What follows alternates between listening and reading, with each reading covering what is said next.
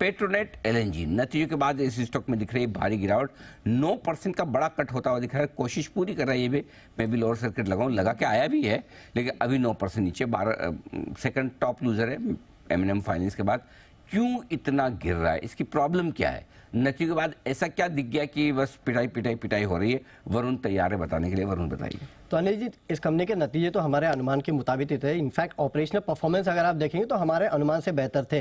लेकिन दिक्कत क्या है? दिक्कत है इस कंपनी ने एक केपेक्स का अनाउंसमेंट किया है, इन्वेस्टमेंट और डिसइन्वेस्टमेंट दोनों का अनाउंसमेंट किया है, और उसके बाद स्टॉक में गिरावट हुई। अब इन्वेस्टमेंट किस में करने वाले हैं?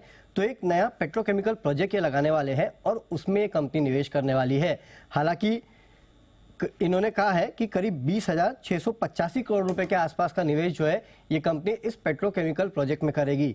हालांकि कंपनी ने ये नहीं दिया है कि क्या टाइम फ्रेम होगा इस प्रोजेक्ट में निवेश करने का, क्या ये 1 साल में करेंगे, क्या 4-5 साल में करेंगे, तो इसके ऊपर क्लैरिटी नहीं है। ये मार्केट को पसंद नहीं आया। दूसरा, इस पेट्रोकेमिकल प्रोजेक्ट के बारे में पहले ही कंपनी ने अपने एनुअल रिपोर्ट में बताया था कि 25 साल के बाद पहले बार कंपनी नया प्रोजेक्ट यानी कि नए कारोबार में उतरने वाली है, और इसके लिए ऑलरेडी इन्होंने काफी सारे लाइनअप्स भी कर लिए थे। जो हाइड्रोजन और इथेन के प्रोजेक्ट की बात कर रहे हैं, जिसके लिए भी निवेश कर रहे हैं, उसके लिए ऑलरेडी ये क्लाइंट सुनना शुरू कर चुके थे और उसके लिए ऑलरेडी लाइनअप ये कर चुके थे, और उस प्रोजेक्ट के लिए अब इन्होंने अपने केपेक्स का अनाउंसमेंट किया है। साथ ही साथ एक डिसइन्वेस्टमेंट का भी अनाउंसमेंट किया है। इन्होंने कहा है कि दीपक फिनॉइल्स जो है उनको ये 250 केटीपीए का जो प्रोपीन और साथ ही साथ 11 केटीपीए का हाइड्रोजन और जो कि पेट्रोनेट केमिकल प्रोजेक्ट से निकलने वाला है, उनको देंगे जब पहले बार यहाँ से निकलना शुरू हो जाएगा ये प्रोडक्ट अगले 15 साल के लिए। तो ये पूरा इन्वेस्टमेंट और डिसइन्वेस्टमेंट का इन्होंने अनाउंसमेंट किया है।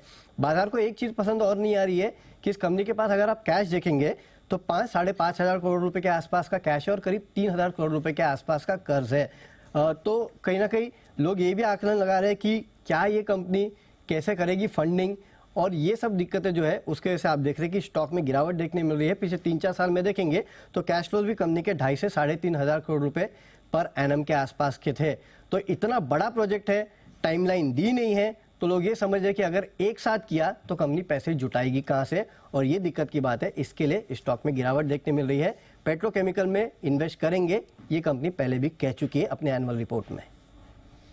ये है आपके लिए पेट्रोनेट केपेक्स प्लान्स के बाद आप देख रहे हैं बड़ा कट आया है कंपनी के ऊपर। देखते हैं बाजार को कंफर्म इसी तरफ से आ रहा है। शुक्रिया वरुण, ये डिटेल्स हमारे साथ शेयर करने के लिए। स्टॉक में ब्रेकडाउन आप देख रहे हैं।